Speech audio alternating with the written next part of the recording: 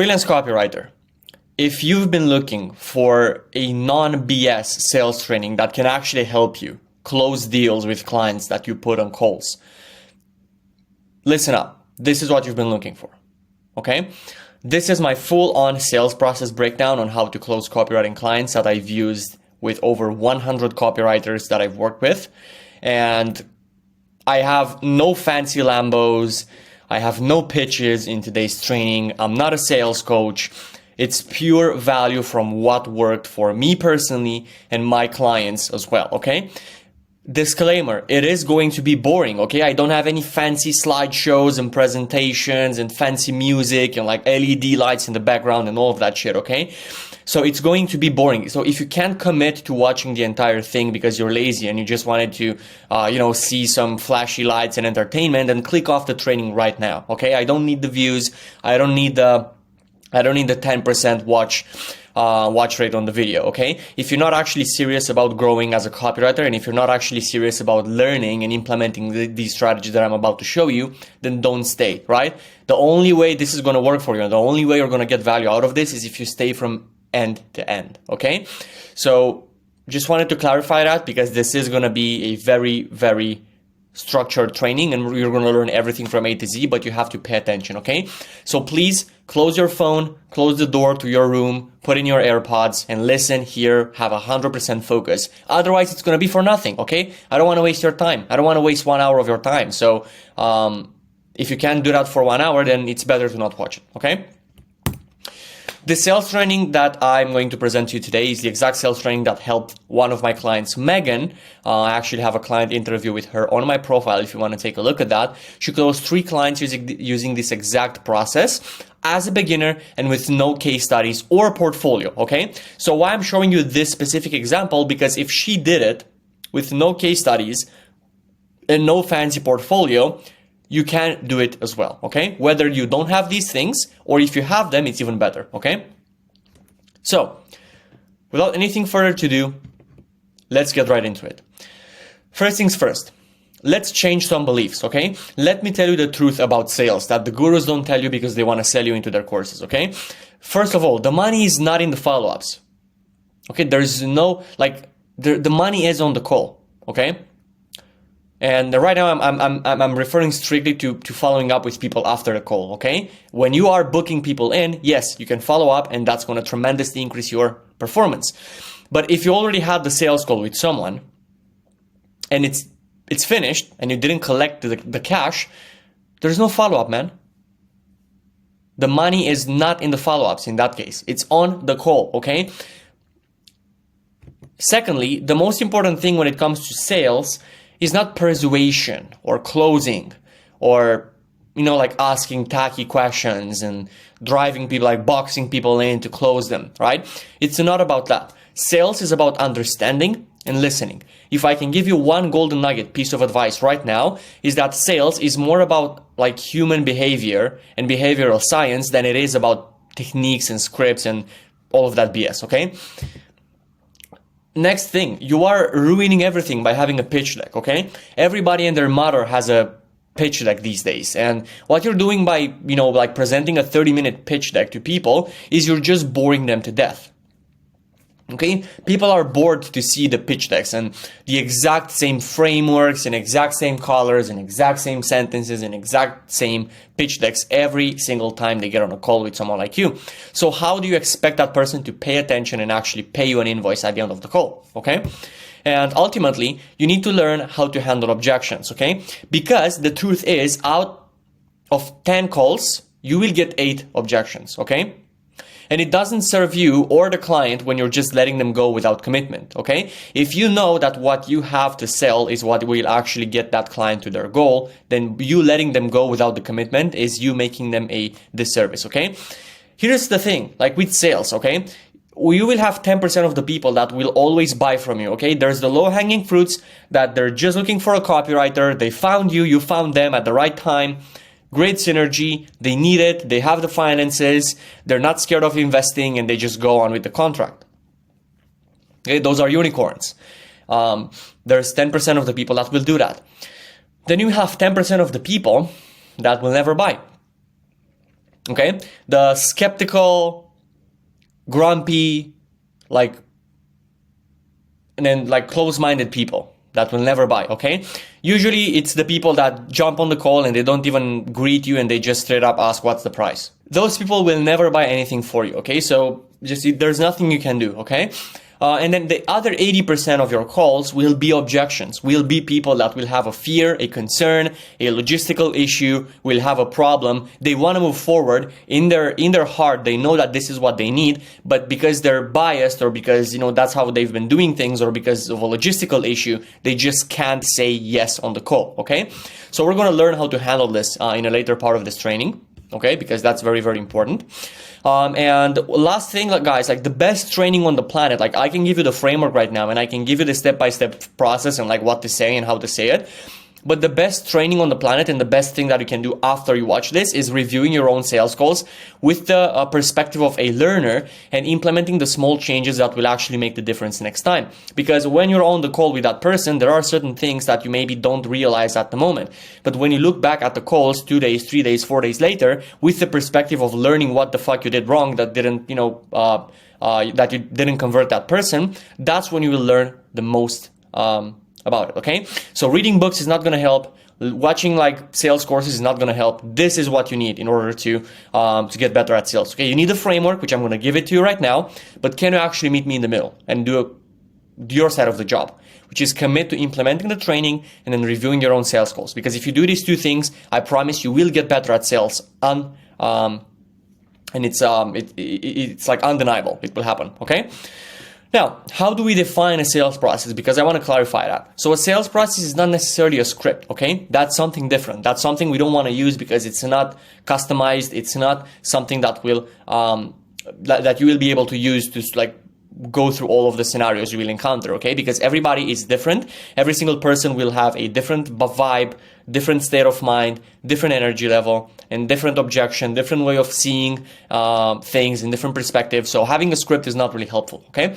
But a sales process is basically a step-by-step process with milestones that you have to take the prospect to, okay? It's basically just like a journey you have to go through with the prospect to actually make sure that they achieve what they want to achieve, okay?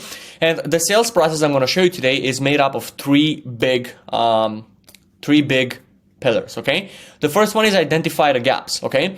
You need to understand the client's business challenges and where they need help, okay? Nobody cares about the weather, nobody cares whether they use Klaviyo or MailChimp, nobody cares about any of that stuff, okay? You need to understand what their challenge is and where they need help, because they didn't get on a call with you just to explore whether to use Klaviyo or MailChimp. They got on a call with you because they have a challenge that they hope will find a solution in your services, right?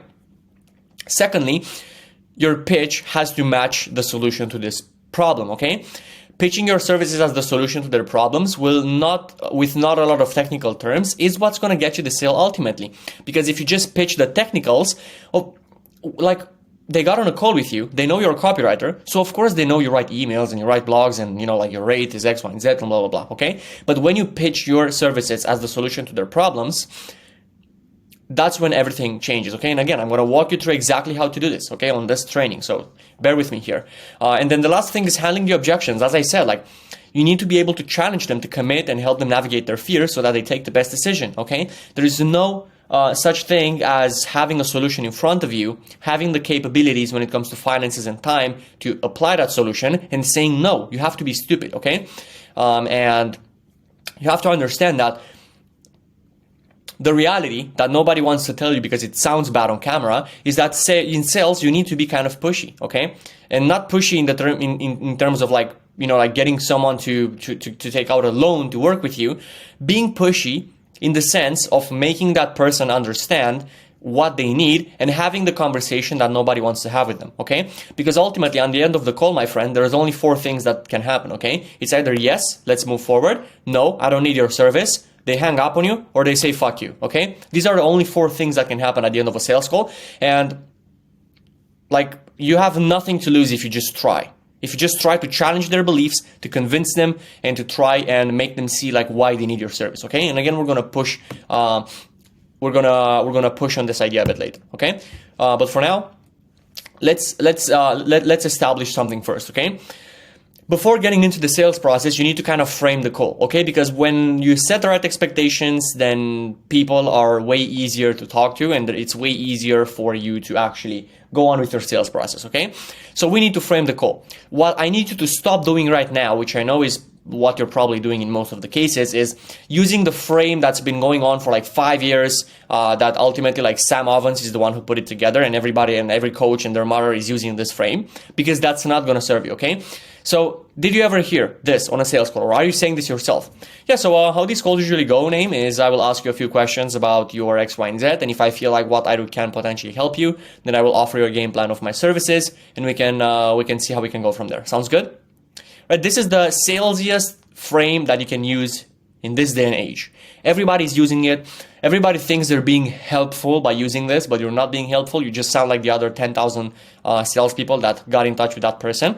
And you have to understand that even if this strategy worked a few years ago, it's not going to work today anymore, my friend, because times change, okay? Like imagine how many new service providers got into the market in the last few years. Right? It's insane. Everybody wants to make online money. Everybody wants to be an entrepreneur. Everybody wants to get into sales. And because the barrier of entry is so low, and everybody and their mother can reach out to people on Facebook and Instagram and LinkedIn, that's exactly why these types of things don't work anymore, okay? Of course, that's what the call is about, right? So as I said, everyone uses this frame, so stop using it now, because the more you look like a desperate sales guy following a script in the first 5 minutes, the less chances you have of actually closing that person, right? As they say it, and this is a universal principle, the first impression is the one that matters the most. And you, by following these outdated frameworks, you are not giving a very good first impression to that person, okay? So I need you to frame the call in this way. Just be straightforward and intentional. Cool, so can I ask, Jenny, do you know what you're looking for specifically when it comes to your email marketing, or do you know what you're looking for specifically when it comes to growing your business? Do you know what you're looking for specifically when it comes to getting more clients organically? When you ask a question this way, it pretty much jumps right into the bread and butter. You are straightforward and intentional, and you are still putting the focus on them and hey, this is what's going to happen, right? So can I ask what you're looking for specifically? And guess what? Most people will just give you a 5 minute answer on exactly what they need. Isn't that more helpful than just framing the call and losing their, raising their sales resistance from the first 5 minutes? So this is how I want you to frame the call moving forward, okay? Now let's go over step 1, which is the discovery phase, okay? So this is what you need to do after framing the call. This is the first part of the sales process. So the first thing that you are all doing, which turns the prospect off from the first 30 seconds of the call, is building the goddamn fake rapport, okay? Hey, Jenny, where are you calling from? California. California, cool. So how's the weather down there? Do you know what's going on inside Jenny's head at this point? Oh, shit, another salesperson trying to, sell me something, asking me about the weather. They must be really fascinated by weather at this point, right? They must have a passion about it, right? Then they say, just because they're polite, yeah, it's rainy, blah, blah, blah. Cool, yeah, it's sunny here in Florida, but I definitely want to visit Arizona. That's on my list. Do you know what's inside Jenny's head? No, you don't. Just get to the fucking point, okay? And that's again how you lose the call in the first 30 seconds. Nobody wants to hear this bullshit. Nobody thinks you care about their dogs or their daughter or the fact that, they're going through X, Y, and Z in their lives, okay? So ultimately, if you can be the different person and break the pattern with these other salespeople that are trying to sell them, you will succeed, okay? And as I said, they're already annoyed, even if they seem to be respectful with you in the front end, right? You have to understand something. Everyone has a favorite person, and it's themselves, okay? My favorite person is myself. Your favorite person is yourself. So when people talk about themselves, they could go on for a week without stopping. So that's the frame you need to have in your head on these sales calls. You need to keep the attention on that person and nothing more, okay? That doesn't necessarily mean you need to build fake rapport, but ask them questions that will make them state their own goals and desires and pain points, because people can talk about that all day long, my friend, okay? They don't want to talk about emails. They don't want to talk about copywriting. They want to talk about what they feel and how they feel and why they feel it, okay? Because that's ultimately why people love speaking about themselves, okay? Another thing that you're doing wrong within the sales process is asking the technical questions, okay? So, asking what email software they use and what their open rate is at the moment is not going to serve you. You don't really need to know that stuff, right? That's not necessarily something that will give you an answer that is tied down to their goal, right? Because it doesn't fucking matter what email software they use, right? The core principle is the same. They want to make more money from email, right? And it doesn't matter what their open rate is at the moment, because that's why you're here. You're here to improve their open rate, right? So why does it matter if it's big or high or whatever, right? And yes, these things are actually great to know if you're going to take over their emails and stuff. Like, it's good info to know, but dude, keep that stuff for the onboarding call, okay? Because it's not serving your purpose on the sales call, which is identifying their bottlenecks, seeing what they actually need help with, offering a solution to that problem, and then handle any unclarities and objections they might have, okay?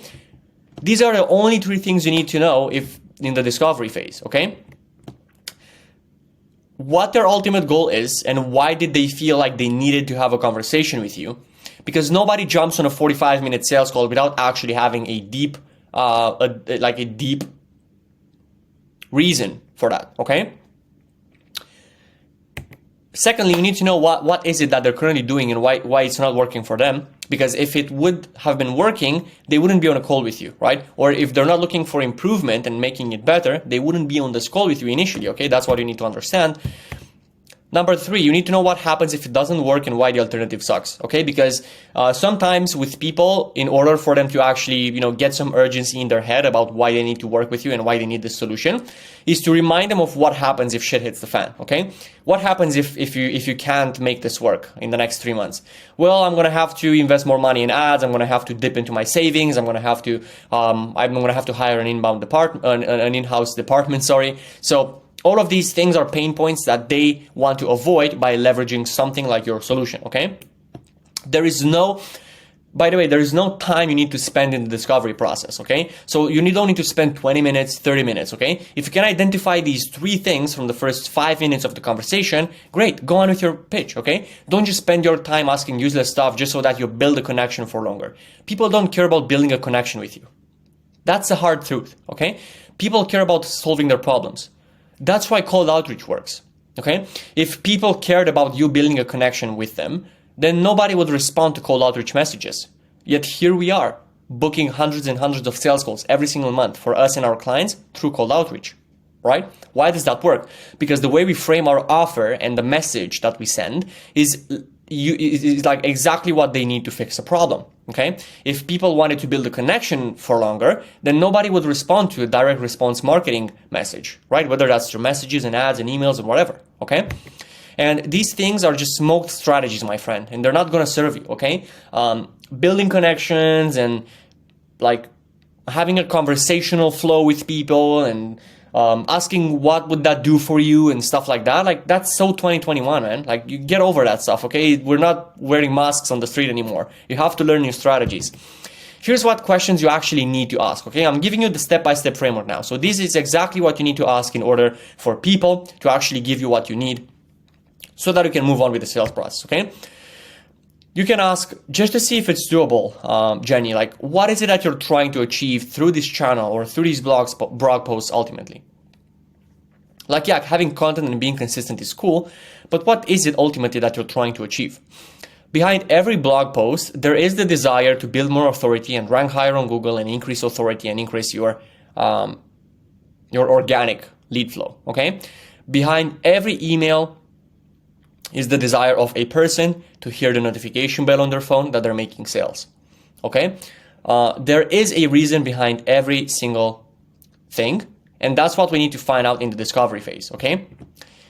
Now, then we need to find out, like, what is it that they're doing at the moment, because they're, of course, doing something at the moment about it if they have the goal. It's just not working, okay? So we need to ask, what are you currently doing to achieve that goal? Like, what options are you trying? They might have worked with someone else. They might have someone in-house. They might do it themselves. Who knows, okay? That's what you need to figure out, because you need to see where they're at on a scale of, I've tried this before, I never tried something like this, or I'm sick and tired of trying this, but I'm still here and I'm still going, because if I don't fix this, things are going to be pretty bad, okay? You need to know how long have you been doing it that way, okay? If somebody has been struggling with something for 6 months or 12 months or 18 months, it's exactly the reason why they would want to draw a line in the sand and fucking solve that problem, right? And that's why you need to bring them the solution to that problem. Okay? And that's why it's important to know if they've been doing something that doesn't work for like 12 months, that's your reason right there for why, they need to hire you right now so that you can fix that goddamn problem in the next 2 to 3 months. Okay? And you need to ask them, do you feel the way you're trying to get to 25K from emails, or do you feel the way you're trying to get to X, Y, and Z will happen? Or do you feel like you need to change something? Do you feel like you need to make some small changes, right? When you ask them that question, guess what everybody's going to say? Of course, it's not going to get me there. That's why I've been doing it for the last 12 months and it doesn't work. I feel like I need to change X, Y, and Z. There you go. Now you know what they want to change, and you can relate that specifically to your service that you're going to pitch them on the call, okay? And then you need to ask, like, what do you feel what you're doing now is not necessarily getting you where you want to go as quickly as you want to get there? Well, I feel it's not working because A, B, C. Cool. Then when we pitch the service, we need to mention that, hey, we're actually going to fix A, B, C for you so it doesn't happen any longer, right? Do you see what I'm trying to do here? I'm trying to gather the important information, right? That's going to help me help them with my pitch and with my solution, because nobody cares how would knowing what their what their email's autoresponder is serving? It's not, okay? This is what's going to serve me. Knowing exactly why what they're doing is not working, knowing what they've tried, knowing what is causing it to not work, and so on and so forth. And then what we need to also know is, like, have you considered any other alternative? Like, what if this doesn't go as planned, right? We need to understand, like, how important this is for them. If they have 10,000 other plans that they can implement if this doesn't work, then they might not have like the biggest urgency right now to solve that issue, right? But if this is like a live or die situation where they need to fix this problem and they need to get this done because that's the only way they're going to get to their goal, again, you have leverage, and leverage is what will ultimately give you what you need in order to close that deal on the call, okay? That's why you can't close clients on the call and everybody wants an email and everybody wants a quote and everybody wants to think about it, because you have no leverage and you're not using that leverage to actually help them overcome their fears, okay? Because I know you've seen this quote online, right? It's exactly like in a relationship. It's not you versus the prospect. It's you and the prospect versus the problem, right? That's how you should frame this. And you can definitely probe and go a bit deeper into these things and like ask additional questions to like clarify if you don't understand something. But ultimately, you don't want to babble on for too long and probe into nothing, right? Like these sales strategies teach you to do. Just be straightforward, be intentional, learn what you need to learn, and get the fuck out of the discovery phase and start pitching them, right? Because that's exactly what you should what you should be doing on the calls. And a very important tip, what I personally hate doing is using words like would, should, could, okay? Because in their head, it just gives them the option of it could work or it couldn't, right? So it's a possibility. It's not something that will be achieved. It's just possible that it would work, okay? Use can and will instead. That will make you more confident. You will have more conviction. And that's very important on sales calls, okay?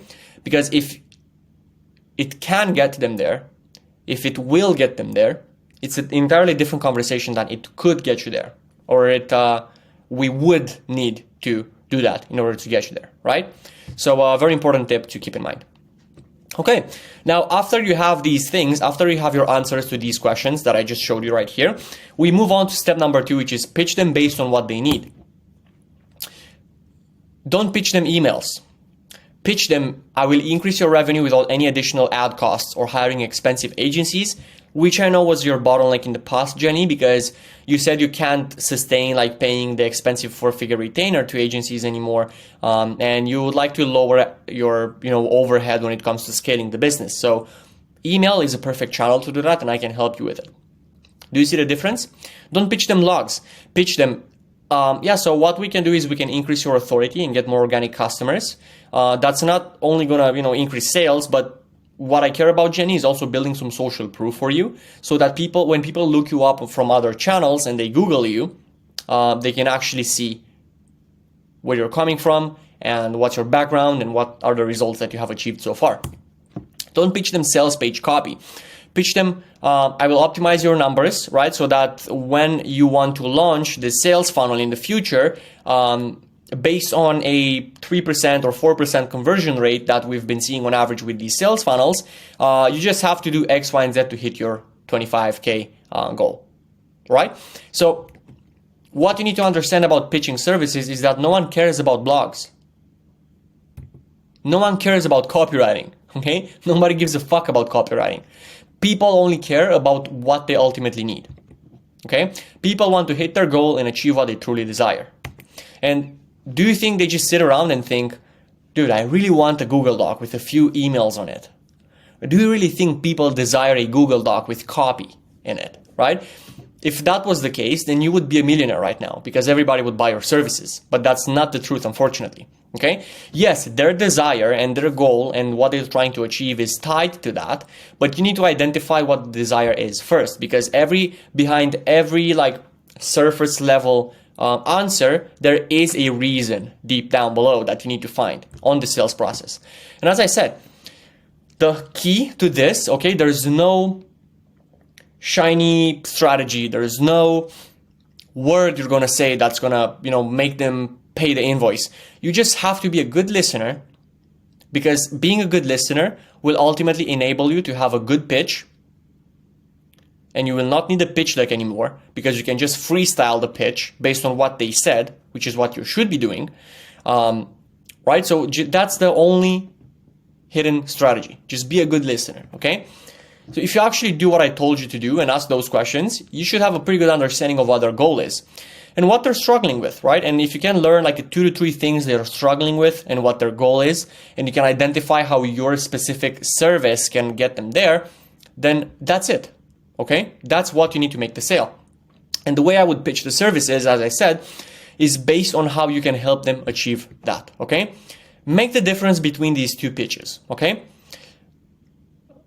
Okay, so tell me what is it that you do, Dennis? Yeah, so I'm a certified copywriter. I've worked with AWAI and a bunch of other like certifications and these courses and that other course. And what I can do for you, Jenny, is write 4 compelling high-quality email newsletters per month so that we can drive more traffic to your funnels. And this is what X, Y, and Z from BS Company has to say about me. My rate is about $150 per blog or per email, but we can negotiate that just so that it fits your needs. Boring. That is boring. And that's why nobody buys. Where in this pitch, and I know this is not very necessarily the best example, but this is close to something you're using right now, correct? So where in this style of pitching your services and with a pitch deck even, are you solving a problem? Because do you want to know the reality, my friend? That person can go on Fiverr and they can know like what the rate is. They can find people that can just offer them copywriting. Okay? It's so accessible to find copywriting that nobody wants to buy copywriting anymore. Okay? They all have a problem. You need to identify what that is. Now make the difference between this script, okay? Cool. So Jenny, after hearing everything you've given me, like a really understanding of what we're trying to achieve here. Now, as you said, time can be like a very big constraint when it comes to creating the assets you need to scale your email channel to 25K a month. And I love to take on that burden for you and spend the time myself consistently day in, day out, Monday to Friday, working on that goal as your partner.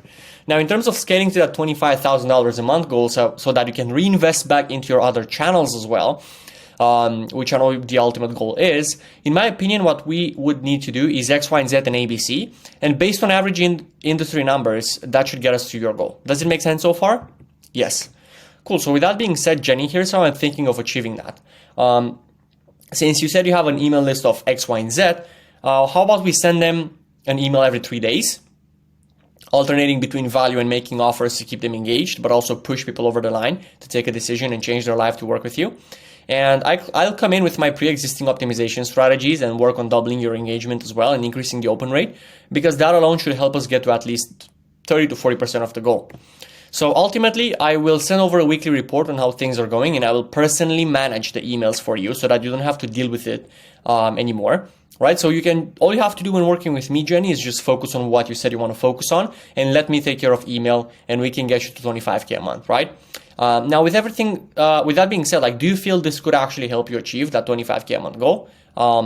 If we were to, do this, like, do you feel like if we were to send an email every 3 days to your list that's fully optimized and has the purpose of increasing engagement and driving sales, do you feel like with your list size and my skills and abilities as a writer, we can get you to 25K a month? Yes or no? Yes, of course. They would be stupid to say no, right? Awesome. So in that case, Jenny, my price on my end is just 10% of that, and that would be a 2,500 monthly retainer to take care of everything that I mentioned and help you get to your goal in about 3 months, I'd say, realistically speaking. Happy enough to go forward with something like that? Make the difference, okay? One person is pitching blogs at 150. They don't even know what they're doing.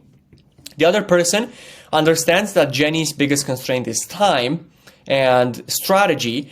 So we come up with time management. So we manage everything for them. We come up with the strategy, and then we get them to the goal. We emphasize on the goal, and they feel like we could actually help them achieve that. And then our price is just 10% of their goal. This is a no-brainer deal, okay? So this is how I want you to pitch your services moving forward, because this is exactly what works for our clients at the moment. And I'm telling you, whenever we have a new client and they go through 10, 15, 20 sales calls, and they pitch this way, just being technical about it and having a pitch deck and all of that, no one gets clients until we actually implement the sales process into their workflow, okay? Cool. Now, step number 3, we have handling their objections and fears, okay, which is the biggest one. No matter what happens, you will get objections. There is no way to pre-handle objections. There is no way to avoid objections, okay? So you might as well just, like, goddamn learn how to do it. Okay, and that's exactly what I'm going to show you right here.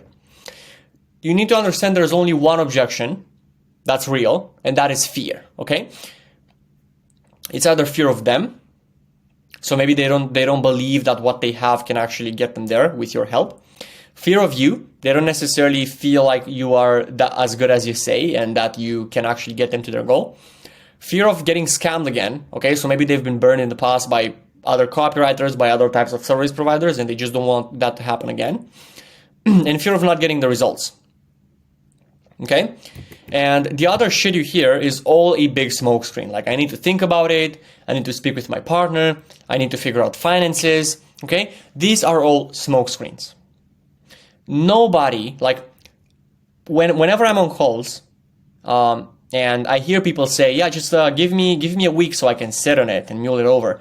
Like, what the fuck are you gonna do? You're gonna go and print a like a page with my presentation, and you're just gonna go sit on it for a week, right? Like, put your ass on it. What are you gonna do for a week, right? I gave you the explanation. This is how we can solve your problem. Do you want it? Yes or no, right? Do you want to solve your problem? Do you want to keep having the problem, right?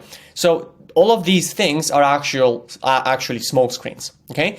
They're just ultimately saying no to you. And if you accept that, then you accept to be average and barely close clients, because this is what 80% of people will tell you on the calls, okay? So you have to understand that the human nature is to say no when we need to get out of our fucking comfort zone and pay an invoice, okay? Paying an invoice and giving a stranger money is uncomfortable, right? And even if we are certain and we 100% know that that stranger can get us to our goal, no matter how big that goal is, our instinct just stays, like, comes in front of us and doesn't let us move forward, because we are taught, like, not take risks and not do that and not do this and so on and so forth, right? So if we can help people overcome these types of things and clarify everything, because that's what objection handling is, clarifying and challenging people to commit, okay? Then we are just leaving a lot of money on the table. If you're happy with leaving money on the table, fine, you don't need to handle objections. But if you want to make more money and you want to change more lives and help more clients, you need to do this, okay? Think about it. If you know that your service is good and it can help people and it can actually drive results, don't you feel bad when you have, like, an ideal client in front of you and they just don't pay you, like, the invoice to move forward? Like, do you feel like if you were to actually work with that person, you can get them results? Yes. Then why aren't you doing everything in your power to convert that person? Okay. Now, here's how to go over these objections and ultimately close the deal. Okay. I want to show you the bread and butter of this. So keep watching. I'm going to show you the entire presentation on how to handle every single objection and how to close. Okay. So first things first. You will 80% of the time, as I said, get an objection. And most of those 80% of the times, it's going to be, I need to think about it. Okay. I need to think about it is not a real objection. It is just a smoke screen. Okay. The real objection, as I said, is fear of something. And you need to identify what that fear is. And the first step to doing that is just covering, like overcoming this, I need to think about it. Okay. And no, don't ask them, well, what is it that you need to think about? That's what every other sales guy asks them. And they're not going to tell you because now they have their barrier up, their sales resistance up, and you asking what is it that you need to think about just gives them another reason to like make their sales resistance even higher. Okay. What I want you to say is, yeah, that's not a problem at all, Jenny. Can I ask, like, in your opinion, before you do go and think about this, do you feel like what we went over today has the potential of getting you to 25K through emails? Because that's the most important part. Okay. Can I ask, in your opinion, we're just asking for their opinion, before you do go and think about this, we acknowledge that they will go and think about it, even though they won't, right? Because the purpose of this is, of course, to like clarify your objection and overcome that on the call. But this is how you get people to open up, right? So, hey, yes, I feel like it can get me there. Got it. So what makes you feel that it can get you there? Like, what is it? What is the most important part for you? Well, I like how I don't have to spend time writing the emails and blah, blah, blah, blah, blah, right? Okay, cool. I appreciate you for sharing your feedback here. So now before you go and think about it, can I ask, like, what is coming up for you that makes you want to do so? Just to see if I can help or if there's any other like resources that I can send over. And then guess what Jenny's going to say? I just need to figure out the investment. I need to speak with my partner. I just need to like, I have a bit of fear. I'm a bit uncertain about things and so on and so forth, right? So now we handle, I need to think about it. And we're getting into the real objection, which is one of these other things, okay? Now, if they tell you, send me an email with this stuff, or like send me a quote through an email, what I want to do is, okay, so Jenny, let's say I send that over to you in an email. Is the decision actually made that you're moving forward, or are you just a bit uncertain about things? How do you feel? Right? And if, no, I already made the decision. I just like to see everything in paper, right? Cool, then we don't really need the email then. Let's just go over the documents right now and we can get you rock and rolling to hit that 25K goal, right? Nobody needs to go and like read an email. That's the most like crappiest like excuse I've heard in my life, okay? You just heard everything. You know what the price is. You're here with me now. So why do you need to read an email in 2 days, right? So this is what you want to do. And if they say, yeah, I'm just a bit uncertain about things, right? You just go on and you handle their fear, which we're going to cover in just a second, okay? But this is how you cover, I need to think about it, and this is how you cover, send me an email with the stuff. Now, if they give you a partner objection, again, like a partner objection is not a real thing, right? So same framework, yeah, that's not a problem name. I have a partner myself and I understand like how this works. Can I ask, like, in your opinion, before you do go and talk to your partner about it, do you feel like what we went over has the potential of getting you to 25K? Because that's the most important part. Yes, got it. So what makes the most sense for you? Cool. So when you guys will sit down and have the chat, like, do you feel they would want a system like this, which could get you and your company to 25,000, or how do you feel? Yeah, they would definitely want that. I mean, we've been talking about it, blah, blah, blah. Okay, so then I guess, what do you feel would be the potential obstacles that may have stopped you and them from moving forward on something like this in the past, right? And then what they're going to say? The financial investment, it's just a lot of money. I don't have money right now. I'm not sure if this would work for us. I just have to mule it over and so on and so forth, right? So this is how you handle the partner objection, and now you're talking about the real thing, okay? And now what I want to give you is the price objection as well, okay? And if you have questions, I hope you're following me, right? So if you have questions, leave your questions in the comment section. I'm going to get back to you as soon as possible, okay? Now with the price objection, okay? This is my favorite because there's so much money, guys, to be made, where people just have a logistical issue and you don't help them overcome that because you're not trying to handle the objection, okay? So If somebody gives you a price objection, like, hey, this is too much money, I don't have money for this, and so on and so forth, yeah, that's not a problem at all, Jenny. I can see how this investment could be a big step, and also getting you from where you're at currently to 25K a month is also a big step, right? So setting the money aside, because that's the easy stuff. In your opinion, do you feel like what we do can get you there, or how do you feel? Yeah, we can. I definitely feel it can. Amazing. Just to make sure we're on the same page, what makes you feel that it can?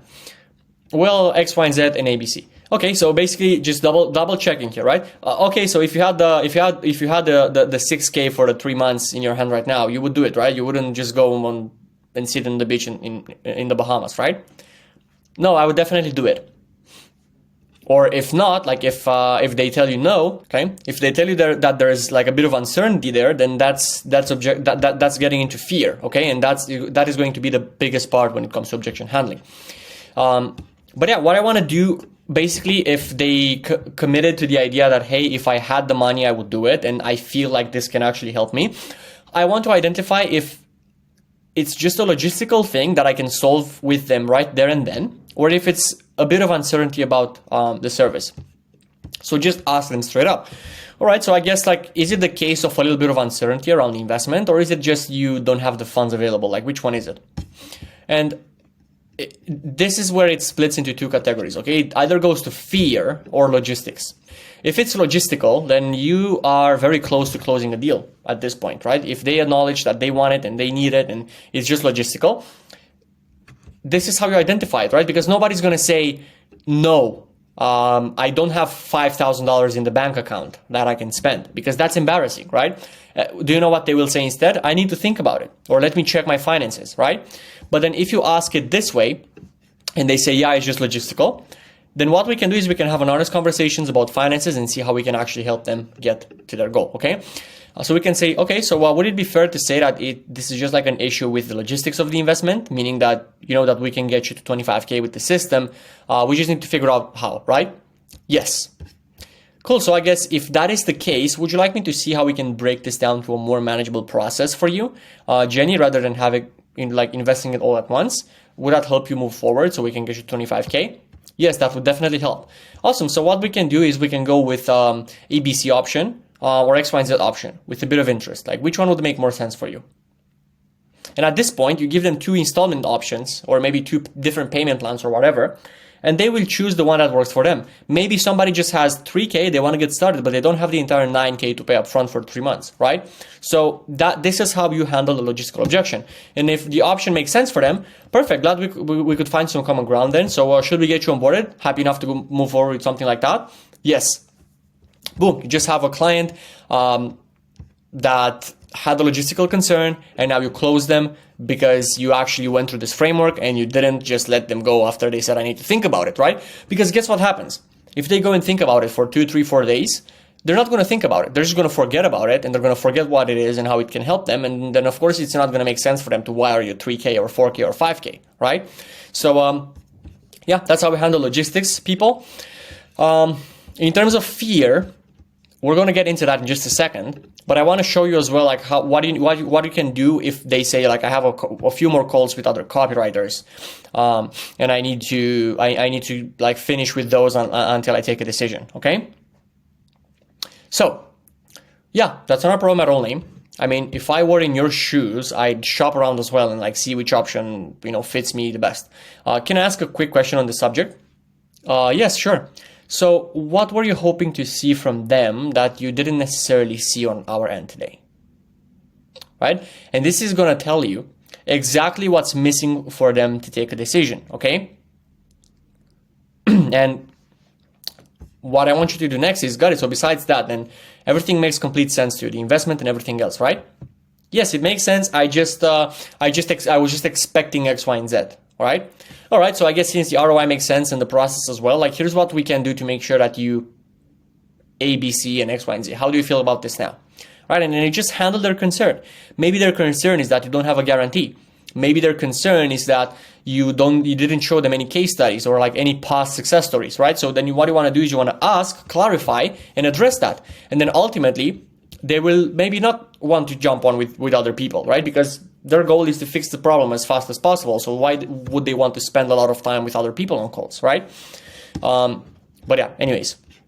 And then we have fear, which is the big daddy of objection handling, okay? Because this is going to be the most annoying one to handle, because this is where you have to challenge people, okay? So far, we've just been driving people in the right direction and like figuring out logistics. Now we need to actually challenge people, okay? So if you ask them like, hey, I guess, is it a little bit of uncertainty about the investment, or like, is it just that you don't really have the funds available? Which one is it? I guess it's a bit of both. Okay, so is it fair to say there's a bit of uncertainty here? Because that's kind of what I'm hearing. Yeah, of course, definitely. Got it. So just in full transparency, like, help me understand, what is the uncertainty about specifically? Like, is it the service itself? Is it me? Is it something more personal? Or what is it? So then it can break up into 4 categories, okay? If they have uncertainty about the service, right? So they don't necessarily feel or know that they can actually get to their goal by working with you. You just want to basically give them like a no-brainer yes, okay? So all right, so can I ask you, Jenny, from what I presented to you today, if all you did was put that into practice, and all we did was to send out the 4 weekly emails to your leads and hot prospects, and increase the open rate and engagement, and we would get more of those people that already know you to engage with you. Is there any reason why you think you can't be the one of the tens of coaches that have been successful so far with what I've worked with? And then of course she's going to say no. And now her uncertainty is gone, right? Because it all makes sense now, right? So you just have to give them a no-brainer like this. It can also be a fear of me. So, got it. Is it more so just a bit of uncertainty in me, or is it more so in yourself, or how do you feel? It's definitely like, I just met you and, like stuff like that. I just heard about you and so on. Yeah, now, it's okay if you have a little fear or uncertainty about us. It's totally okay, and I understand that. You know why? Because we don't know each other for the last 6 years, right? We are not like high school friends. Can I ask, in terms of what you've been able to see already on this call, Jenny, and on the testimonials page, and with the little time we spent together so far, like, do you feel like this can actually get you to your goal, or how do you feel? Yeah, I definitely feel that it can get me to my goal. It's just that I don't know you guys, and so on and so forth. All right, so can I ask you, like, from what I presented to you today, if all you did was put that into practice and blah, blah, blah, and then the other handle, okay? Because at the end of the day, it's still uncertainty. So what we need to do here is we need to get them to say, no, I'm not, yes, I'm certain that there is no reason why this wouldn't work if we did X, Y, and Z, okay? Because that's what people need when they have these types of objections. They need conviction, okay? Then maybe they've been burned before, okay? So sure, I can understand how that can be like a bit frustrating, but the expectation I want to set with you is that, failure is normal in life, and everything in the world starts with a few failed attempts. If you think about it, like every time in our life, everything in our life is the same. We ride a bike, we fall off for the first time, we kiss a girl and we accidentally kiss her on the nose, whatever. We all fail at the start, yeah? So that's the reality, and everything has to be established from failure. Make sense? Cool. So can I ask, like, do you personally know other similar businesses that are crushing it with emails, or like, is everyone failing at it? Because if that was true, I imagine like you wouldn't have paid people to do it for you in the first place. Is that right to say? Because that's the reality, right? They paid for a service because they felt that they've seen other people being successful with it. Okay. All right, so why do you feel like the last collaboration failed? Like, what was it about the experience and your commitment and the effort you both put in that made you feel that way? Okay, and do you feel like there were some things that both of you just didn't do to the max that if you did more of, then probably have gotten a different result? Yes or no? Because you had enough courage and confidence to begin with it, Jenny, because no one does anything knowing they would fail, right? Yeah, for sure. So just so you know, I will be here with you every single step of the way. The biggest thing for me is, can you commit to meeting me in the middle? I'm not asking you to climb Mount Everest. I'm asking you to help me help you every single day. Because I will be there every single day. We will not allow it for you to fail. I will ultimately, we already know like what habits and activities you need to change on your end to guarantee success. And this is what we change on our end to make sure that X, Y, and Z doesn't happen again, right? Then you go over and like you mention why your service wouldn't get them to the same position. So let me ask, like, do you want it to be a successful attempt this time? Yes or no? Yes, of course I want it to be a successful attempt. Great, so can you meet me in the middle and let's make it happen? I will offer you everything you need, as I said, and we're going to make sure that it doesn't happen again. And you actually be your best version this time and do X, Y, and Z that you mentioned you need to change. And we can both do it. We can both achieve the goal. Happy enough to go with that? Yes, happy enough. Great, cool. You just close the deal, right? And then the last objection is a final push, right? So maybe if you've gone through all of these frameworks and you just can't get people through the line, the ultimate, like the last thing you want to do, realistically speaking, is just to offer them whatever you can, okay? Because a deal is better than no deal. So what I usually like to advise copywriters to do at this point is just offer a trial, okay? So got it, like money aside, let's completely forget about the money, because you said that you're pretty much good to go with everything in terms of like the process and getting on those sales calls, right? Right. Awesome. So here's the thing. I know that you're ultimately looking for the safest option, and I would do exactly the same if I were in your shoes. So with that being said, since you said everything else makes sense and you'd love to crush it with the system and get you to 25K a month through email marketing, like if you're ready to meet me in the middle and commit with this, we can do a paid trial. I can write one email for X, Y, and Z dollars, plug it into your campaign, and we'll even throw in a free ABC resource in there. I'll even throw in a free audit of your website in there to show you that I really want to help. The commitment is that if this actually gets you the results you're happy with, we move forward with your retainer. Happy enough to go with something like that? And this is where you maybe land a paid trial, which is always a good strategy as well, because a deal is better than no deal, and you have a higher likelihood of closing that person if you go on a paid trial with them, rather than just letting them go away after they said, I need to think about it, okay? So guys, this is exactly the sales process that my copywriters are using. It's a great system. It's a great process. I've learned a lot of it from my mentors, especially Bill Walsh, great guy on sales. If you want to check him out on YouTube, this is mostly his stuff right here with the objection handling.